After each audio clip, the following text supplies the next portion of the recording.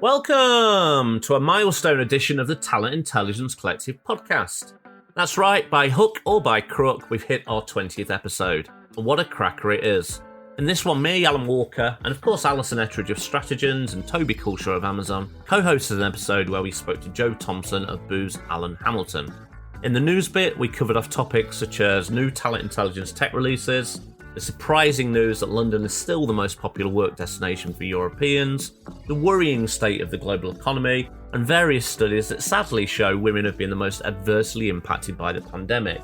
And in the Joe bit, the bit you've all tuned in for, we talked about the evolution of his career from working in the US Navy submarine service to heading up a talent transformation consulting function, and what talent intelligence means in his world and his definition of TI, and the importance of rebel ideas thinking in TI teams when drawing insight from data, and how long-range talent intelligence should be thinking, and the impact of technology on talent and vice versa.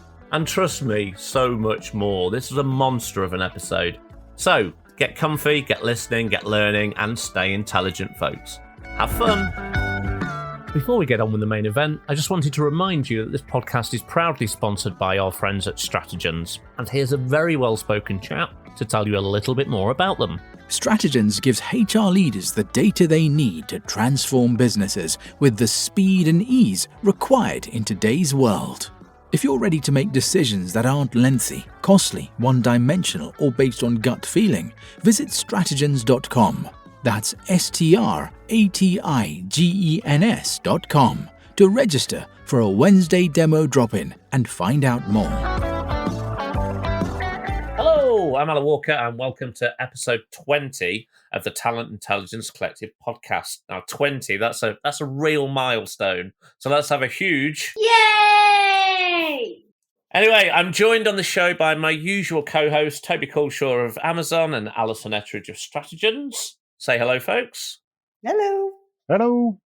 Hello. And of course we have with us a guest, not just any old guest, but a fantastic guest. It's Joe Thompson of Booz Allen Hamilton. Joe, Hello. Welcome to the podcast. Delighted to be here, Alan. I'm delighted to have you here. We're all delighted to have you here. For those of our listeners that don't know you, can you give us a quick intro about who it is you are and what you do, please? And for those that might not know Booz Allen Hamilton, the same. Sure. So Booz Allen Hamilton is a technology consulting company. We do a lot of worldwide, but our primary focus is the U.S. and particularly the U.S. government. At Booz Allen, I'm a talent transformation executive and help lead our talent transformation practice.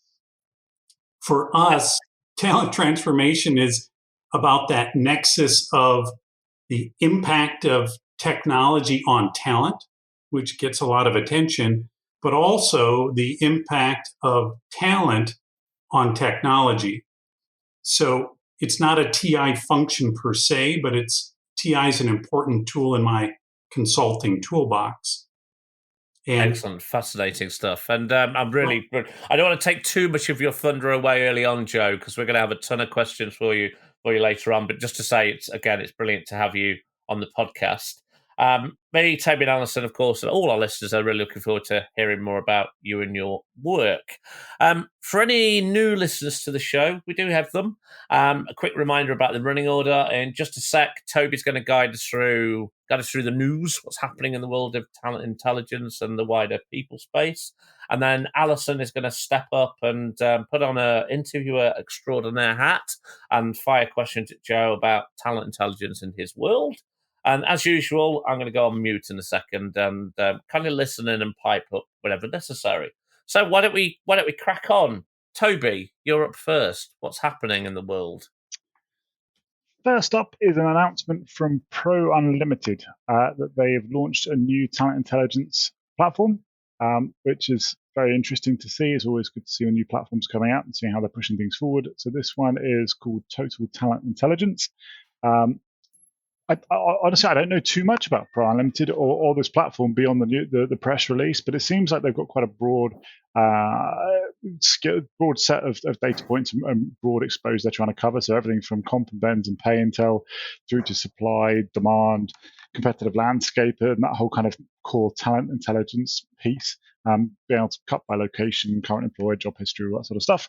And then they're also rolling out both the data as a service side of the house, which will be more, I would imagine, the API direct data access. And then last but not least, something they call North Star HCM, which is their white glove data consumption model via the team of experts. So that sounds much more akin to kind of the workbench report type piece you might get from Talent Neuron, or the individual that comes and gives a bit more expert opinion from the vendors, etc. So quite an interesting one. They say their proprietary data ocean has got 205 billion data points, and they're looking at 40,000 sources, 160 countries. As always, don't know too much until you dig into this stuff, get under the hood and dive into the detail. But on the face of it, quite interesting that we get another platform coming into this space. I know we discussed previously about a lot of VC funding coming into the TI world, and lots of new opportunities, new vendors coming up. And it's interesting to see another one come through as well. Yeah, I think it's interesting because we're seeing a lot of these platforms, and I wonder if more data is more clarity in some cases.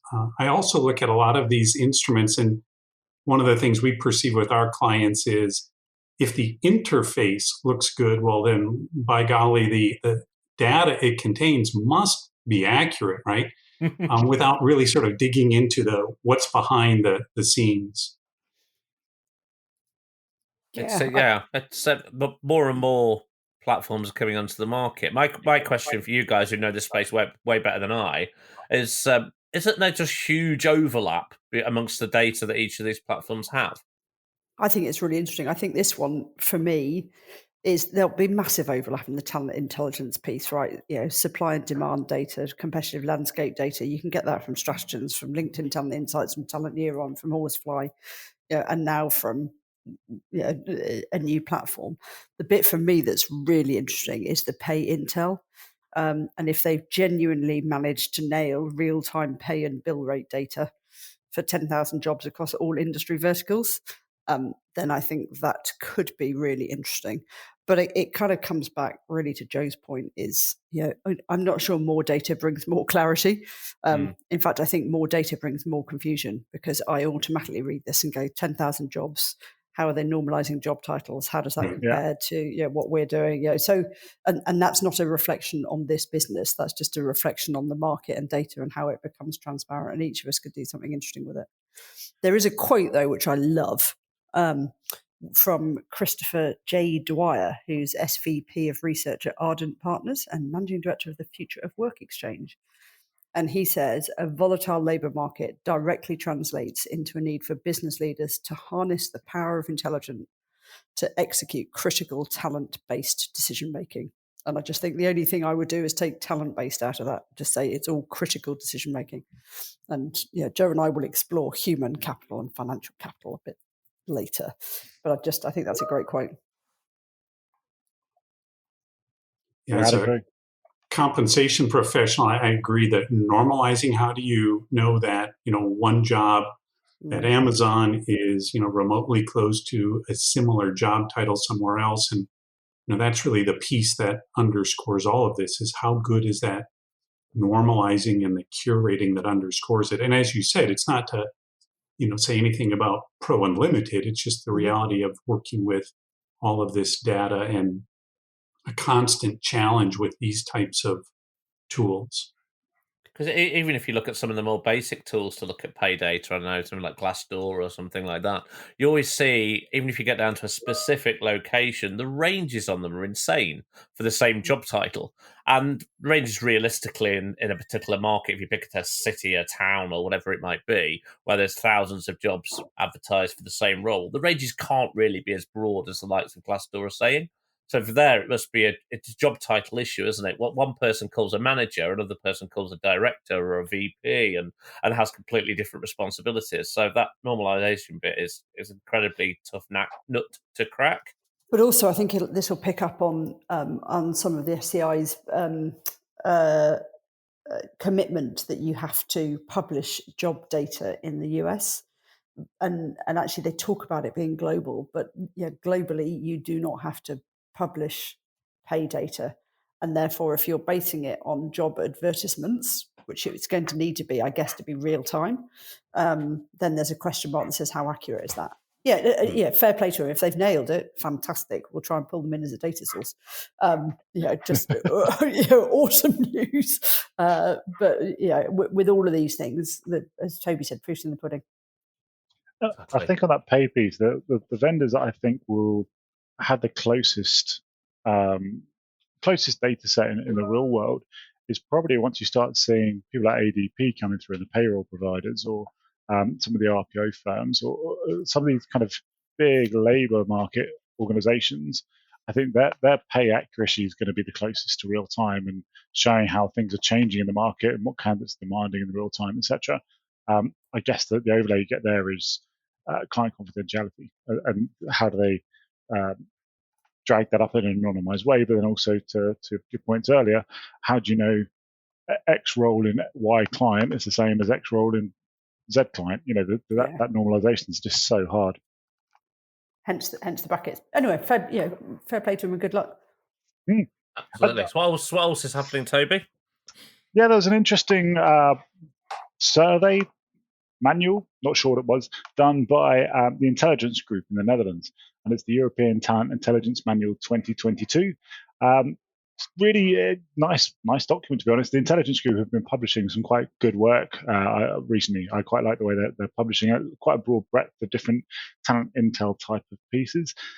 This one was a study diving into about 100,000 Europeans, digging into what they want into cities, and how they like to work, and what the top 10 cities to work are in.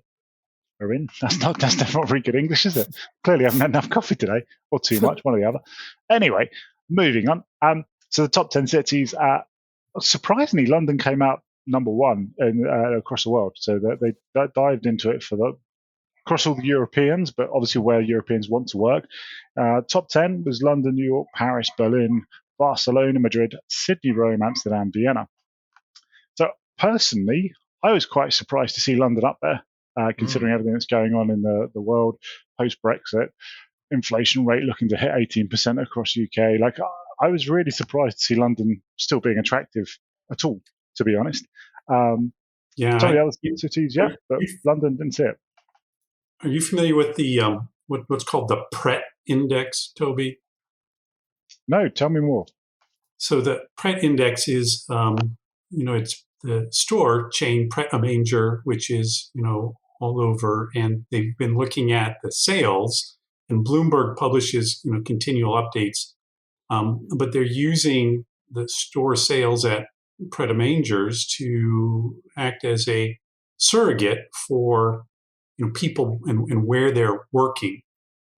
And the current Pret Index shows that London City is still at about 80% of pre-pandemic traffic, whereas the London suburbs are about 20% higher. So it's interesting to me when this intelligence manual is pegging London, but I don't think that we're seeing that in some of the other data sources, unless you're talking about sort of the periphery of London. Yeah, and I think that probably holds true with a lot of cities, where I know in the US there was the big study, and we spoke about it on the pod probably about a year ago, in fact, where it was around hollowing out of cities. And you're just seeing a lot of people shifting out, once they could work remotely, shifting out to the suburbs, and seeing the real estate prices jumping in the outskirts and the suburbs, and the centre of town having less people living within. And I think that seems to be an ongoing trend. That there just isn't as much demand for centre of town living at the moment. But it'd be interesting to see how that's changing with the kind of restrictions lifting a little. You got the next generations coming through post university, etc. Often the migration to bigger cities is the younger workforce. So it'll be interesting to see how that changes, if it does. Yeah, and I'm Intelligence Group produce some really good stuff, but there's too much detail that's lacking for me in this. Who did they survey? How's it split? What are the age groups? What's the difference across different professions? What are they basing good on? Is it a talent attractiveness indices? Is it, ESG policies for individuals and what matters? Is it ability to be able to get to work or commute times? There's just, I think it's great, but there's a lot of detail I'd like to see behind it before using it as for any informed decision making. It's all about that data quality for decision making, though. I agree. I think it's interesting to spark conversation, but without really diving into the detail of, okay, what was the 100,000? How do they split by demographic, socioeconomic groups, profession, whatever it is? Yeah, I agree. Right, so what next, Toby? Next up, so rather than digging into one specific piece for the next one, I just a bit of a recurrent trend. So one of the recurrent trends we're seeing across a lot of markets at the moment is the fact that the labour markets in a lot of regions, a lot of countries are still pretty strong, but tough to hire into. But they're still pretty strong. There's still a lot of hiring going on, lots of job movements going on, low unemployment rates in lots of places. But the economic conditions are being pretty tough, and it's not necessarily terribly great. So there's various reports out, stagflation cushioned by solid labour market in Poland. Obviously, the US labour market still going full steam ahead, but obviously, depending on the definition, is it recession? Is it not? That's a debate for the economists in the room. The UK labour market, very difficult situation where you've got, once again, the overall economy looking pretty tough, and I mentioned earlier inflation looking up towards 18%. But then there's still a lot of jobs out there, and it's still a very hot market. And the government said it's a dangerous game of chicken with pay rises on the workforce. So just more generally, rather than diving into specific countries, and New Zealand as well actually flagged up big labour market shortages, wage pressure, as the market's still pretty buoyant and aggressive. So it's more of a general point. We're just in this very uncertain time, and I know we've been in an uncertain time for the last 2 years, but this one in particular, it feels very, very different in that the economy is looking really tough, and there are some companies making some really big decisions, particularly with how they're making redundancies and carving out TA teams on whole. I saw a firm just today got rid of their entire sourcing team in the US, just cut the whole lot. So it's fascinating, given how bad predictions generally are in terms of the economy and the accuracy and forecast of economic conditions.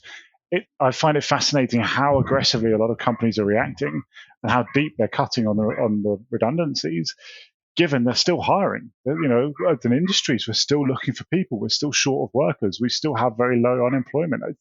It's a fascinating conflict that's going on at the moment.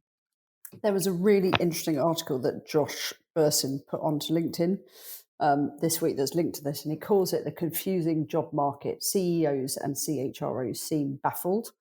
And there was some quotes in it from some data that are taken from a PwC Pulse survey on business leaders that said 52% of CEOs were implementing hiring freezes, but 64% were increasing compensation, 70% were increasing flexible work options, 49% were encouraging employees who left to rejoin.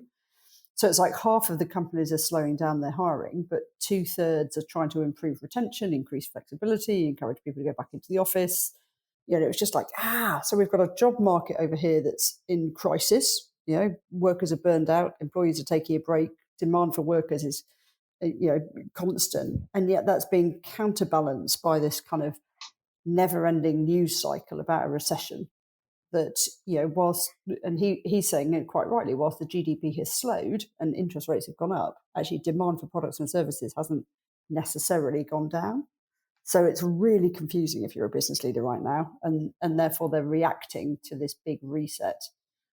But I think, and I hope Joe and I can explore this on our call, I think this is more about changing the skills within an organization and doing it kind of quickly. So it's driving transformation, I think, of the skills in an organization rather than necessarily decreasing numbers. Yeah, I'd love for you both to dig into that a lot more in the next section, because I think also there's an opportunity here where I think org design and org effectiveness and org redesign is probably something that should be hot on people's agendas now.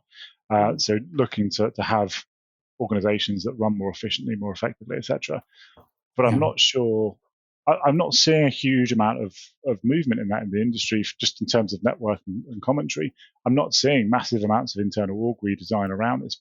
maybe it's all happening, I'm just not aware. But I'm surprised that people are taking what seems like and feels like a reactive short-term approach, largely obviously driven often by finance on these things, where cut the headcount to make things healthier for a few quarters, rather than saying, well, actually, it takes 6 months to get people back on board and up to speed. So, even if you're looking to hire back into Q1, Q2 next year, it seems very reactive. So, definitely interested in you guys digging into this a bit more. Yeah. Completely I think agree. people are Sorry, generally reaching for the same tools they've always used, Toby. And I think that the risk is that this is a different set of conditions all at the same time. And so that tendency to reach for the tool that's always worked in the past, I think is not going to be very useful in this particular case. And I think that's going to be a real challenge for business to figure out. I'll also say, Toby, my hat off to you, because I learned being hit for six, what that means, because that was in one of the quotes. And I, as a American, I had to say, well, what in the world is hit for six? So I learned something new. I guess you'd call it a home run, Joe, maybe, or something along those lines. It was used in the sense of people's real wages are being hit for six. Okay, yeah. So what would your version be, Joe? I think really thrown for a ride, or perhaps someone has really thrown a wrench in the works for people. But it's a interesting challenge, because as perceived wages or real wages go down, there's a lot of pressure on how do you compensate for that. Businesses can't just always raise the salary. So I think it's a real talent issue. Absolutely, and I think there's going to be a big spike, I imagine, in that we talked about demand earlier, and that demand hasn't gone down for services and goods. I've got a feeling it's going to go down pretty quickly soon as the energy price cap comes in. I think it's tomorrow, is it, here in the UK? I'm sure some of the things are happening elsewhere, because certainly, the vast majority of the consumers are middle income people, or even lower income. Actually, if you count them as a mass in terms of their spending, and suddenly they're going to have a massive hit to their available income. So that's no doubt going to have a huge impact on the consumer spend. Completely agree. I think that's the interesting paradigm that we face, though, because if consumer spending is going down and consumer confidence is going down, which it's going to go down if you're all being told it's facing an economy and it's uncertain, you're all going to tighten the belts and, as you say, the fuel caps, etc. But then at Breakfast the other month, there was a great presentation by Reed, and they were saying that the number one driver for job changes at the moment, from a recent survey they did, was salary and cost of living crisis and salary increases. So there's still going to be, I think, that this uncertainty in the market. People are going to be hesitant to move. It's going to be harder to get people to move, and people are going to want salary increases. But I think that's where we find this strange situation that so many recruitment teams in particular are getting hit by these cuts. But it's going to be harder than ever to get anybody on. So any recruitment you're doing at all, I think people are going to find it harder and harder to attract and engage talent, even more so than they found it in the last couple of years.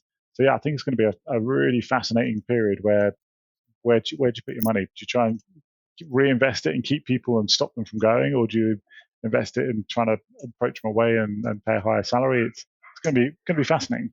I think this is where we need to be talking a lot more about this total cost of ownership that we talk about a lot anyway, and just going, actually, you've got to start taking into account what's the cost of an empty seat, because whilst you can take headcount out now, the impact of the cost of that empty seat by the time you allow for time to hire, cost to hire, ability to get people on board and up and running and effective, actually your cost savings in the short term will be helpful, but in the longer term, that's why, and Joe will explore this a bit more, this is a different set of conditions. You can't reach for the tools you've always used before. We'll come back to that.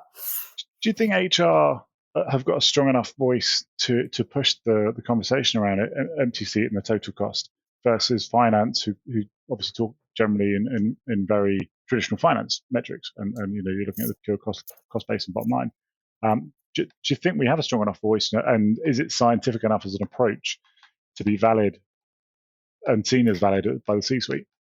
I think it's scientific enough as approach because it's all data driven, right? So that should be a tick box exercise. I think the have HR got a strong enough voice depends on how many of them are commercial and having those conversations already. So that's going to differ from company to company. Yeah, I would agree, and I would say that it's not intrinsic to HR. I think it's sort of what's that relationship that a particular HR organization is already crafted with the business. If they're already seen as a provider of differentiated capability and help the business, I think they can be listened to. If they're viewed sort of just as a cost center or just as a ancillary support component, then I think that the financial piece will tend to dominate the conversation. So I think it's less about the function, Toby, and more about that all-important relationship that's pre-existed before you've gotten into this, period of stress. Yeah, completely agree. But even a good CFO and finance function should understand this empty seat concept, shouldn't they? It's very easy to go down to pure bottom line kind of numbers, but actually, if they're smart CFOs or smart finance functions, etc., they should get that. They should understand that.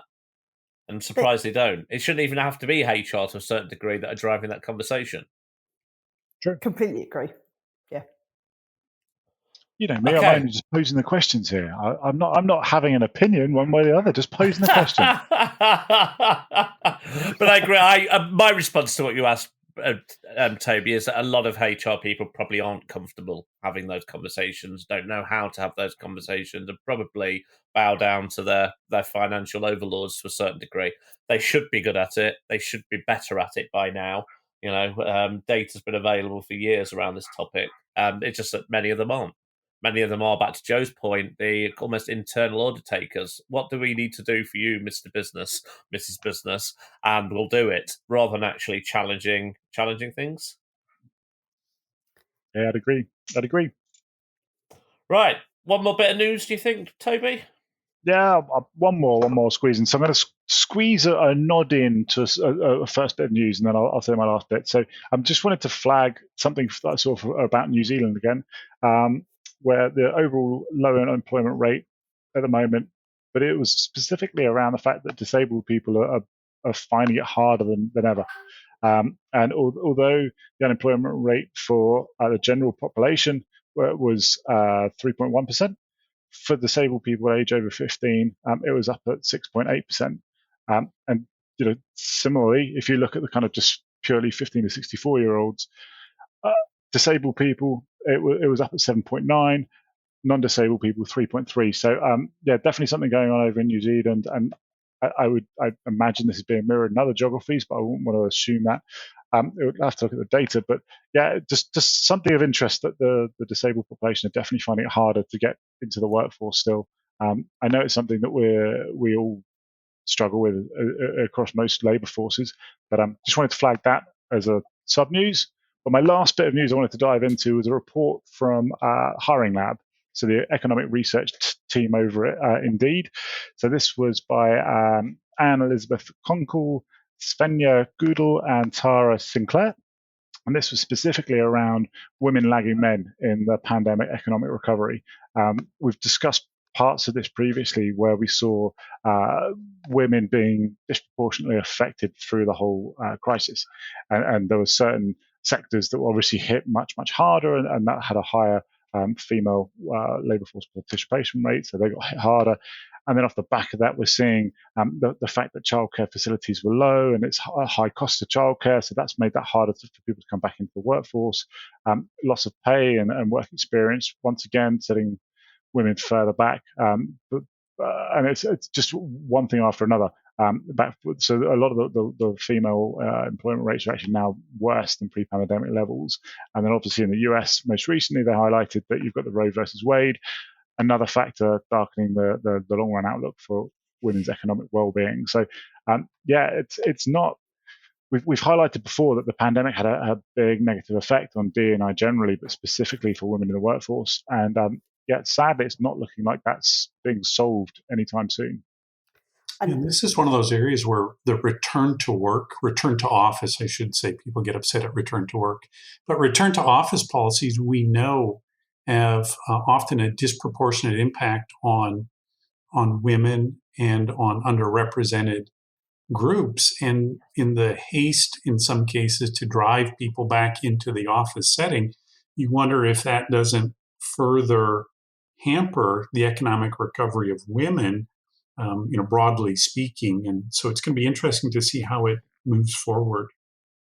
Yeah, this for me was really, really interesting. So Jamie Dimon, or Dimon, forgive me for not knowing how to pronounce that, who's the CEO of JP Morgan Chase, talked about the return of office-based working as a way of boosting diversity. And that's just spectacularly unfounded assertion. Sorry, Jamie. Because we know that flexible working is important for talent attraction and retention in a competitive talent market. McKinsey showed across 6 countries, workplace flexibility was the number 1 reason for taking a job and the number 4 reason for quitting. LinkedIn data showed that women are 26% more likely than men to apply to work remotely. And furthermore, there was a study by Future Forum that showed that 21% of white knowledge workers wanted a return to full office work, and that compared to only 3% of black knowledge workers. So I just think this is to touch on Joe's point. We've got a once-in-a-lifetime opportunity here to reset all of the norms around work with a view to changing how we bring women back into the workplace and to how we improve our diversity around ethnicity. And we're just, forgive me, screwing it up. And now is the time for us to do it and do it properly. Yeah, I don't think Jamie Dimon is alone in having many assertions about return to office, which are disconnected from the data. I think a lot of it is, people crafting points to, that suit the narrative that they already have, yes, and not using data as the basis for the decision. Yeah, completely. And God, what a neat segue. Absolutely, without a doubt. So, do you think it's time? Should we chat to Joe a little bit more about his world rather than the wider world? Alison, Yes. Are you ready? I'm ready, not least because that, Joe, thank you for digging me out. That wasn't a complete dig at Jamie. That was just something I felt very, very passionate about, and I just happened to pick on him. I wanted to touch, I love your background. But one of the things that I wanted to touch on was life in a submarine, because that's something that I don't think anyone else on this podcast can relate to. But could you talk about life in a submarine and how that's impacted your view on data and what we need to be doing? Sure. So, I started my career in the U.S. Navy submarine service, and I've logged something like 3 years of my life underwater. And to me, the interesting thing when you're on a submarine is that you can't take in the world around you from your primary senses, your eyes, your ears. And you have to interpret the world around you and what's going on through data. And I think that was very, formative in, helping to give me the confluence of skills that I use in TI today. But I think 2 key things, Alison, that I feel like really stuck with me from that is this idea that, first off, by the time you get all the data you need to know with certainty, it's too late to act on it with strategic or tactical advantage. You have to become comfortable at sort of making decisions based on when you have enough data. And that's a real struggle for some people, but certainly learned that. And I think the other really big lesson that I learned is it's not enough to know what the current data tells you. You have to take the data you have to forecast it out into the future like a hypothesis, and then you have to compare the next sets of data you get against the hypothesis you've created.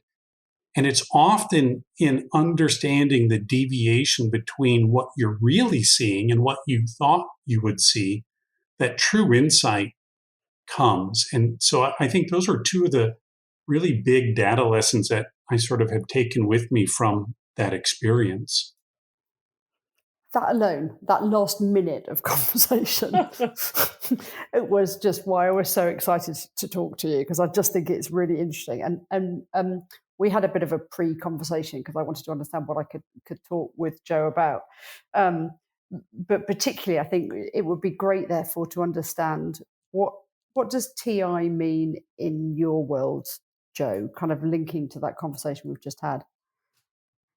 Yeah, I think, for me, as I said at the beginning, it's a tool in my talent toolbox. And I know in this program, you've talked in the past about, well, what is TI, and, does it all sort of fit, nicely under one umbrella?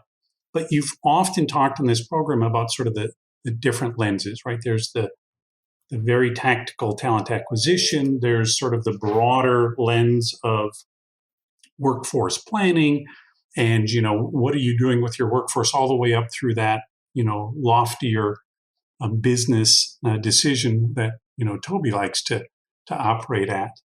And for a lot of our clients, it's really trying to help them use data so that they can make better decisions. And particularly today, I think, where no manager, no leader anywhere in business has grown up operating under the confluence of circumstances we have with the labor market, with a global competition for talent, driven by, remote work, with the high inflation, all of those things.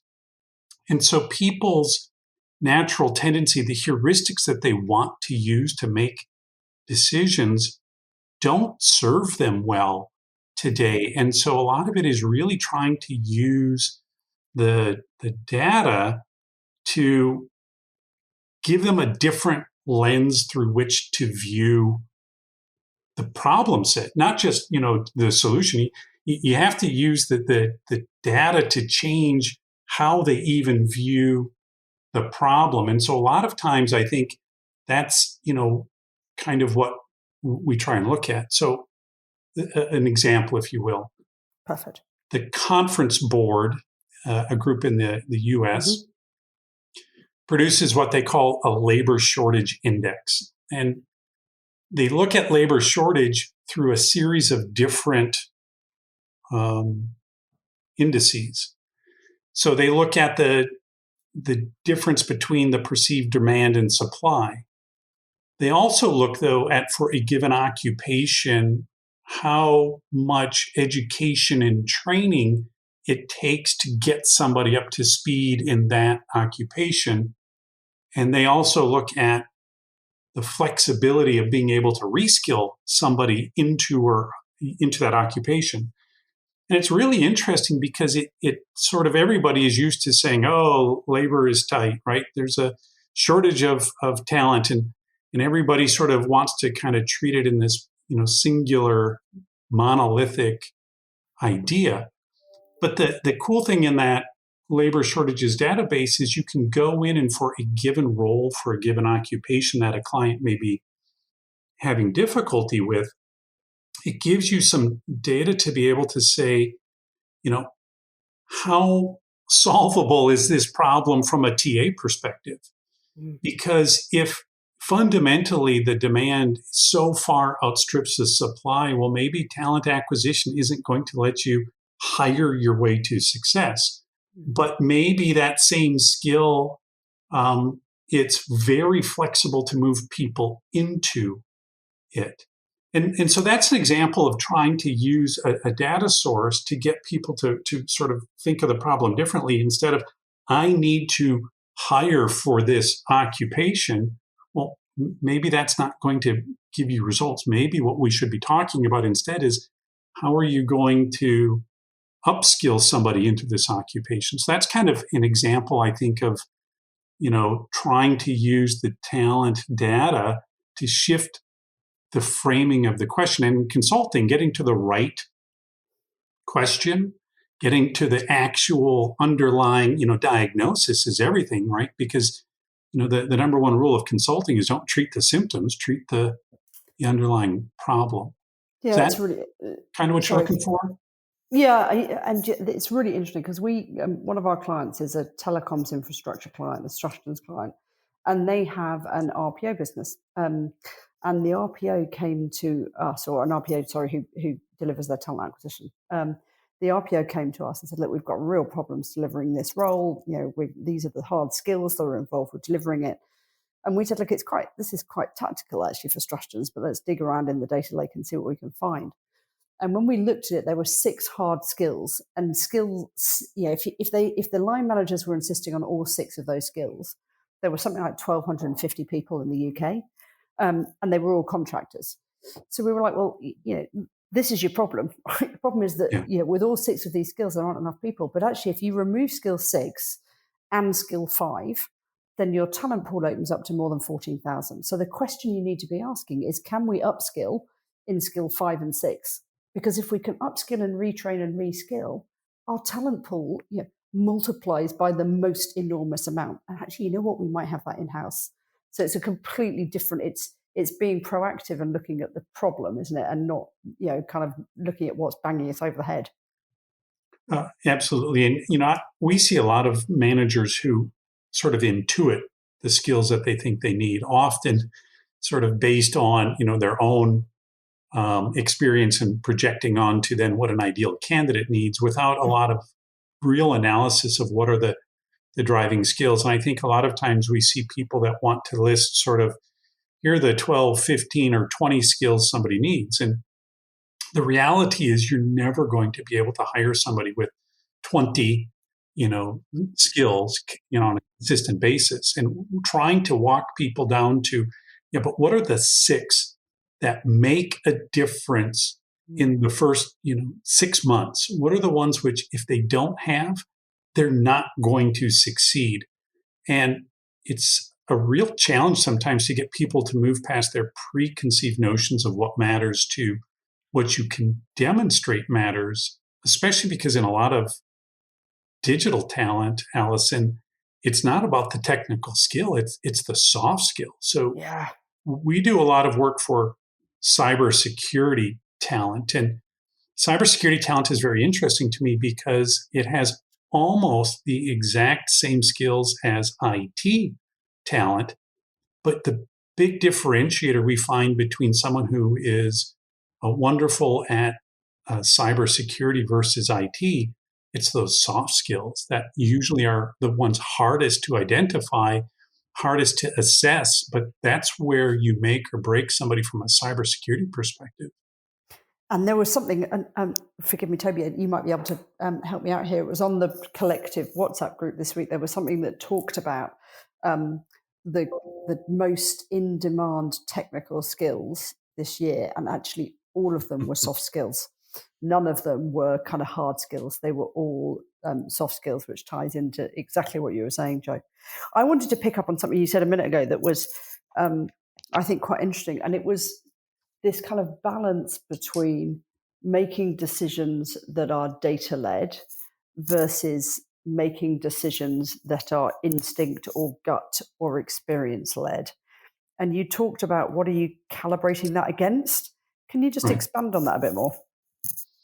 Yeah, so I'm going to shift just slightly. I'm taking a page from Nick, I think, but let's kind of back up a second and talk about what I think TI even is, or how it's defined. And I think that that's a challenge because, Toby has said TI has a lot of hats to wear. But, to me, at its most distilled, I think that talent intelligence is the application of science to the art of people management. And, when I look at that, to me, it's not just sort of the data science piece of TI, but it's also the scientific methodology and creating that hypothesis. But then you always have to blend it to that art, right? I mean, people are messy. People are illogical at times. People are emotional. They have their own, how dare they, needs and aspirations. So, it's always an art, and the two kind of have to go together. And so I think that that's really, when I look at how do you apply this, a lot of people in that art area, they want to rely on sort of their their judgment, and you have to be able to, I think, apply a little bit of the science to it. It's only by, using the two in combination that I think you get to meaningful insights. Either one on its own, too much on the science side, I think you lose the real people aspect. So, an example there, most workforce planning efforts that I've seen tend to fundamentally fail because they approach the workforce planning from a supply chain management lens. And we sort of draw on the best of Deming's and, supply chain management concepts and try to treat people like they're parts in the supply chain. But parts don't think, right? And a lot of the workforce planning, it fundamentally misses the what's in it for that talent. And, they're always surprised when, the people side of the equation doesn't, map out exactly the way that they had forecast that it should have, 12 or 18 months before. And so to me, that's a good example of if you only use the science piece and you miss that art of the, you're missing it. I think, for a lengthier definition that I think is also useful here, to me, talent intelligence is about using that qualitative and quantitative data to build hypotheses that can foster better conversations that then go to better decisions. And, as I've said, I think it's really trying to use those hypotheses to sort of poke holes in what people have already assumed, to ask those better questions and to have those better conversations. And finally, I guess if I were to wax poetically for Alan, I'll say that talent intelligence to me is using data-driven insights to dispel talent myths and bolster what I'll call adapt agility. Because I think in today's world, this kind of adapt agility is everything. It's really important today. So that's kind of my long-winded way to your lovely question, Allison. And I've written down all of your lovely answers, Joe. So I'm going to steal some of those quotes just as a forewarning for the future. I've got my printer lined up already, printing me some posters for my wall. These are brilliant. But one of the things that you talked about then, I think is really interesting in this space particularly is, and you're talking to someone who runs a data business, right? So everything that we do, we do through the lens of data. But we built stratagens having been qualitative researchers. So we built stratagens to fill the data gaps that qualitative research couldn't fill. Right. But what we're hearing and what we're seeing in our clients and in what you're saying is that actually you still have got to fundamentally have the combination of data and qualitative research for it to answer the so what. And I think that's really interesting in the work, particularly that you're doing along with others. It's how can you challenge the question that you're being asked to make sure that it's a more sensible question that's going to get you to a better decision in the long run, rather than the what's in front of us right now. And that it's the combination of qual and quant to build, and I'm quoting it back, to build hypotheses, to foster conversations, to lead to better decisions. I just think is a really interesting piece. And when we interviewed, I'm trying to think, it was Kim. I think it was it Kim from AMS? Toby, can you remember? Was it Kim who came on from AMS? Kim Bryan, yeah. Yeah, phew, thank you. Toby's gone to sleep. Thanks, Alan. I'm it was. I was saying yes. I was saying yes. You were on mute, Toby. I didn't want to interrupt you. No, just interrupt, for God's sake. You were chasing for the name. I didn't want to just jump in and talk over the top of you. Hey, kids, stop bickering. Anyway, back to the show. But Kim was particularly talking about the makeup of her team and saying that it was interesting that in her team, lots of people had got a drama or a music background. And it was fascinating that that's the kind of creative balance to the data that we've talked about, isn't it? It's the how do we bring people in who are creative and can answer this question as much as anything else. It's rebel ideas, right? Or as or you can go all the way back to the Palo Alto Research Center where Xerox invented the mouse and the graphical user interface and all of those things because they brought in such diversity of ways of thinking about things. But, you're talking about the tools and the databases. And I think in many ways, it's the difference between macroeconomics and microeconomics. I think you can use the data to sort of look at big trends and big issues. But when you get down to an organization level, whether you're talking about a company or a component in a company, then I think that's where you have to understand things like culture and practice and the individual makeup therein. I was talking, and I don't want to get the name wrong, but I think it's Garrett Schimmelpenninck who you had on. And, he was telling me he was interested in seeing what the data was going to show about the difference between the success of companies who were remote versus those who came back to the office. And I told him I thought that was a worthwhile endeavor. And I asked him how he was going to control, though, for the companies that are coming back in person but aren't changing how they operate to accommodate sort of, where we're at, or the companies that are remote, but they are using the better techniques. Because to me, it's not about whether you're in office or you're home. It's about what are you doing, with your people? How are you leveraging the workforce you have? And so that's the part where I think that this art of people management is really the key at understanding what are the drivers. Many years ago, Alice and I was at a training, human capital training, and they were talking about needing to have the right strategy. And they used a metaphor of the Battle of Britain. And they talked about how when you look at the Battle of Britain, and the way that they described it is that, the RAF was sending up its very best pilots to defend the skies, and the Luftwaffe was sending over their second and third string pilots. And you look at the outcome, and gosh, if only the Luftwaffe had used the strategy of the RAF. And I had to challenge the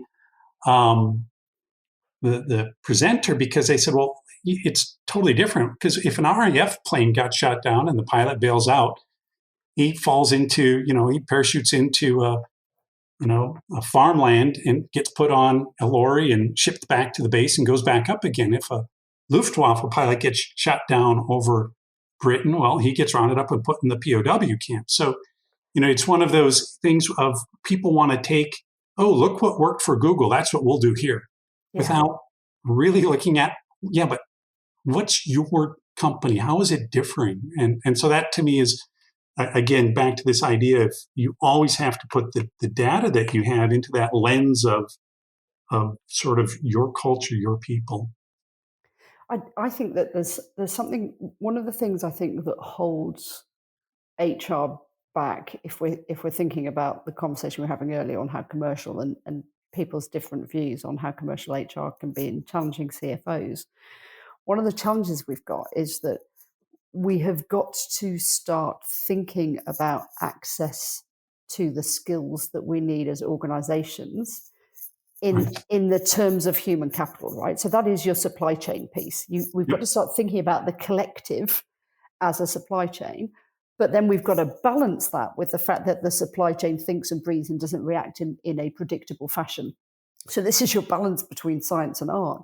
But I think one of the things that holds HR back is this wariness to refer to people as human capital because they think they're going to get in trouble. And yet as businesses, if we don't start managing access to skills in that way, then we've got real challenges coming up. I'd love your views on kind of the term human capital and how we can encourage teams to think differently about that. Yeah, it's interesting, and I think it's gone through a number of iterations over its life. If you go back into the 1950s, 1960s, there wasn't really an HR department. There was a personnel department, and you couldn't get to the C-suite without having, done a tour through there. It was recognized as that's the key to business success. And then somewhere in the 1970s, we said, no, HR needs to be its own standalone thing. It's too arcane for mere mortals to understand. And so we pushed out all of the business leaders from it. And we said, you business leaders are far too posh and important to be here in HR. Let us HR professionals handle the muck for you. It's an interesting, idea, but I think that it started that schism that we continue to see between, the HR and the business. But one of the big lessons I feel like we learned in the context of the pandemic is that we don't have workers who happen to have lives on the side. Yeah. We have people who happen to have jobs. Yeah. And for some of the more enlightened companies, I would say one of the big aha moments of the pandemic was recognizing that, you really do have humans in human capital. There's a brilliant company down in Australia, Humanico, that is really all about trying to get people to see the workforce at that human lens. It's a really cool way that they're trying to use data sources to humanize the workforce. I applaud what they're doing.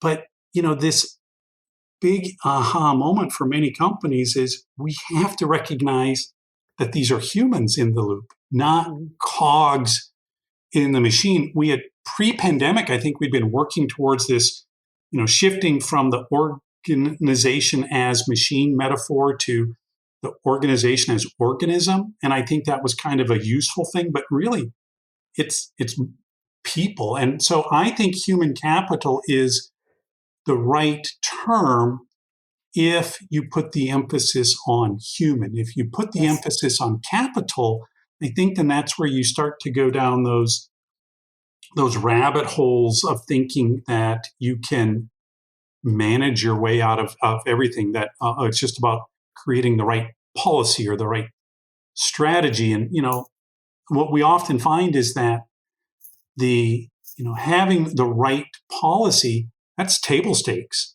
The game is won or lost on the basis of the day-to-day practices within the organization, because it's really about how one human is relating with another human to either drive or hamper business success. So it's a really interesting time, and so that's kind of my again long-winded answer to your lovely question. It wasn't long-winded, but equally, there's one of the things that happened through the pandemic is that business leaders, instead of spitting out some sort of phrase that said people are our greatest asset, suddenly went, oh my God, people are our greatest asset, because without them we're in big trouble. I wanted to, you talked a little bit about the Battle of Britain earlier, and we refer to battlefield intelligence, to tactical intelligence, and to strategic intelligence. Right. How far out and how long range do you think TI should be? Well, to try and channel my inner Toby here, right? I think that it needs to span, from very close in to very far out. So, a lot of companies, I'm going to use a metaphor, are like sort of one of those big ships out on the sea, where they've got the close-in search radar because they need to know what obstacles may be right in their immediate path. Then they have the mid-range so that they can sort of see ships coming over the horizon. And then they've got those long-range search radars to give them that broader situational awareness. And to me, I think TI is like that. You don't go to a ship designer and say, oh, tell me which one radar you want. You'll never see a ship that has one radar. They always have multiple ones with multiple functions, and they have those different ranges. So I think you have to have TI be all of those. And I think you want TI to try to look ahead as long as the planning horizon of that business or that organization. You just have to recognize that your crystal ball becomes, much more informed conjecture. Whereas when you're in at that close in, it's much more real, although a lot of times sort of lagging data. And so I think that that's the piece you have to be able to balance. I don't think it's one or the other. And again, I think it's match your planning to the business planning needs. You probably need to be about a couple of years ahead of them on that. So I completely agree, and I think it's something as simple as where do we grow or where do we invest our business? That can be long range, right? That should be long range, because if you don't talk about that in a long range perspective, i.e. access to the people that we need in order to grow our business, then what happens is you end up in the battlefield, right? Because then it's how the hell, we're already here, how do we get them? Toby, and you're theoretically, could you kind of discuss your views around radars and long range and short range? Yeah, I think it's a really good analogy for a lot of elements of TI. There was an instance in a company I once led a TI team at, without naming names, where we had HR come to us and say, look, this specific competitor is attacking us. We're getting loads of staff going over there for a very particular product manufacturing facility. And this particular competitor had never made this product, wasn't even in that field, not even in the same industry. So there was no reason for this to happen. And so the team at the time was very newly formed. We'd only been going for about 3 months. We were still kind of finding our feet. And I started digging into this. And I realized that 3 years earlier, this particular competitor had stolen a VP in this field from another organization. Now, no one from threat intelligence picked up on it. No one from competitor intelligence picked up on it. No one from exec search research picked up on it because they weren't doing that sort of mapping at that time. And it kind of went under the radar. And then a couple of years later, they filed some intellectual property forms. And the IP team, there was no conflict of interest. There was no conflict on the IP. So they didn't flag it.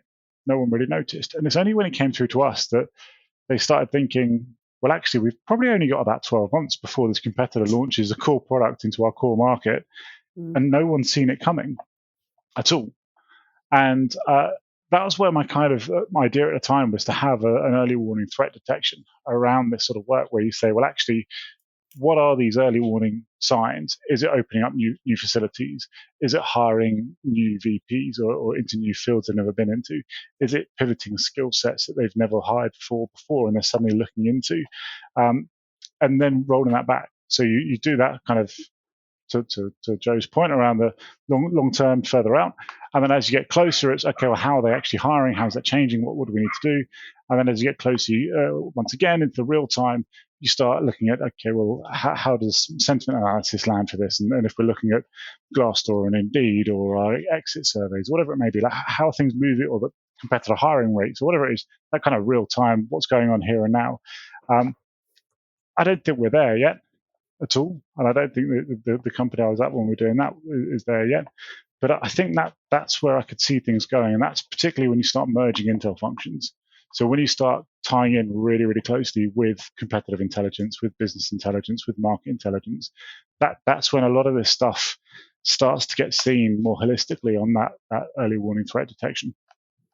Yeah, I love that. Just, and I think it's another phrase I think we might start stealing a little bit, though it does sound a little bit like, having had this whole conversation about human capital, suddenly we're talking about, them in a threat environment and people being stolen. It's funny, isn't it, how easy it is to fall into different languages, because that's how critical skills are, right, to organizations. I am Joe, I'm going to ask you one more question, because in fact I wanted to explore the move to skills with you, but I think for the purpose of today, that's going to take us another hour. So I'm going to commit you I'm going to commit you on air, actually, to coming back and doing another podcast where we can talk about the move to skills, because I know then we can talk a whole bunch about career pathways. So forgive me, I've committed you to doing another one on air already. But I wanted to just touch on, when you talked at the beginning, you talked about the impact of technology on talent and the impact of talent on technology. And then we kind of said, we'll explore that. We'll explore that a little bit more. For those people listening to this podcast who've wondered why I've just snorted, That's because we've just had a comment in the chat that said Alison is she who must be obeyed, and it's made me snort with laughter. So, Joe, I wish that were true.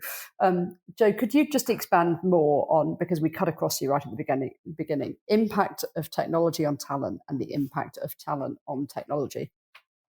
Yeah, glad to.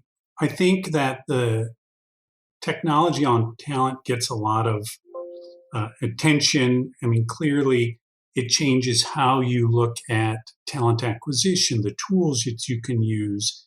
We talk about, changing how you train and develop the workforce that you have, how your workforce interacts with, things like HR and the business. So there's an awful lot of technology is upending the entire talent experience. And I think that gets a lot of discussion, and Josh Bersin makes his living off of talking about exactly that these days. But the other is, you have to have the right skills to be able to use or enable the technology. You have to have the right education in your talent to be able to use it. So a simple example for you is a big push today is towards the use of artificial intelligence and predictive analytics, computational intelligence right around the corner. But one of the interesting things that has been learned again and again is you can have a brilliant piece of AI that goes in, looks at your data, and says, "Okay, Toby, here are the 5 you need to watch." Brilliant.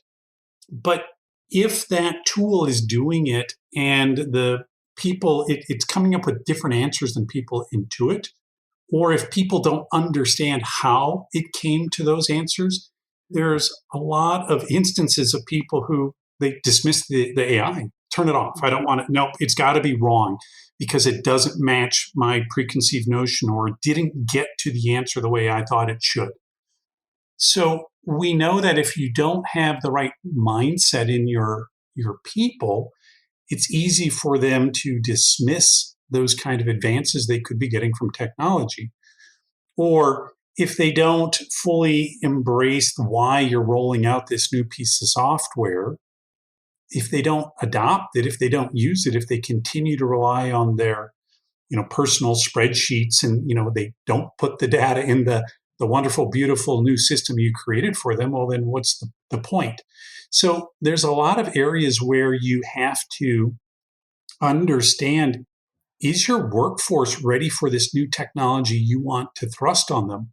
So, we have tools that we use as consultants, right, to assess the maturity, if you will, of your workforce for a given technology, and to tell them, okay, if you want to start to roll this new equipment out in 3 years, here's where you need to start making some changes in the workforce that you have so that your workforce will be ready for that technology when the CIO drops it on you. So that's kind of that piece of the impact of talent on technology.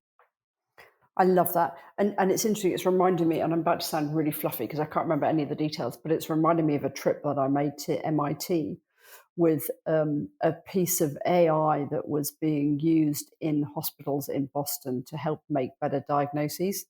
And there was this lack of take-up when the AI just got to the answer, because the doctors and the MDs were going, well, how did it get there? I don't know if I'm going to revert to what I know, because this seems to have jumped ahead by 15 stages. But actually, when it took the MDs through the decision-making process and showed them the kind of decision-making tree that had happened, then the adoption was much greater and they saw the advantages because better decisions were being made. But they had to take people on the journey through the technology. So that ties exactly into what you were talking about. Yeah, so that's what we think about, right, is how do we help our clients to think of their workforce in light of this? There's always a change management piece, and getting people to through all of the upheaval that's going on, and so there's that aspect of it as well. But really, it's that everybody's becoming a technology company or a technology organization these days.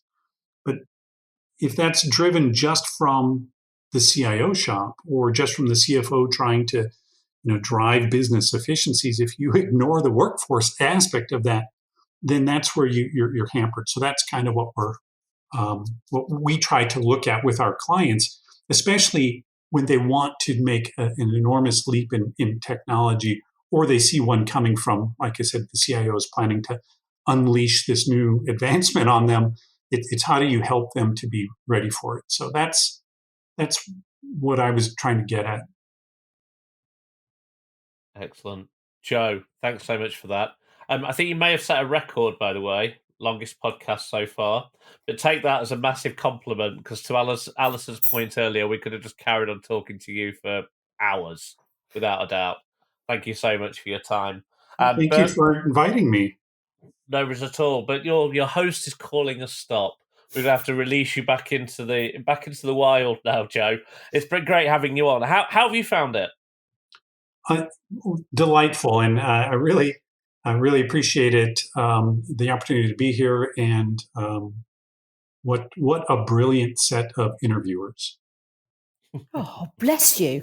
That's it. Not only is she who must be obeyed, but also a brilliant interviewer. I'm taking that definitely today. You're a star, Joe. You've got it, Alison. You've got that badge. Yay! Again, Joe, thanks. And to our listeners, thanks for you guys as well, listening in and for supporting us and telling your friends about us and all that good stuff. And if you aren't doing that, do start doing it. If you haven't got any friends, join the Facebook group, the Talent Intelligence Collective Facebook group. And I think there's a WhatsApp group as well. But if you join the Facebook group, Toby will tell you about the WhatsApp group. You'll find loads of like-minded people in there. And on that note, everyone, stay intelligent. Thanks for listening. Before you go, I wanted for the last time to remind you about our generous sponsor, Stratagens. Here's that posh chap again, telling you about their fabulous product. Stratagens gives HR leaders the data they need to transform businesses with the speed and ease required in today's world. If you're ready to make decisions that aren't lengthy, costly, one-dimensional, or based on gut feeling, visit stratagens.com. That's stratagens.com to register for a Wednesday demo drop-in and find out more.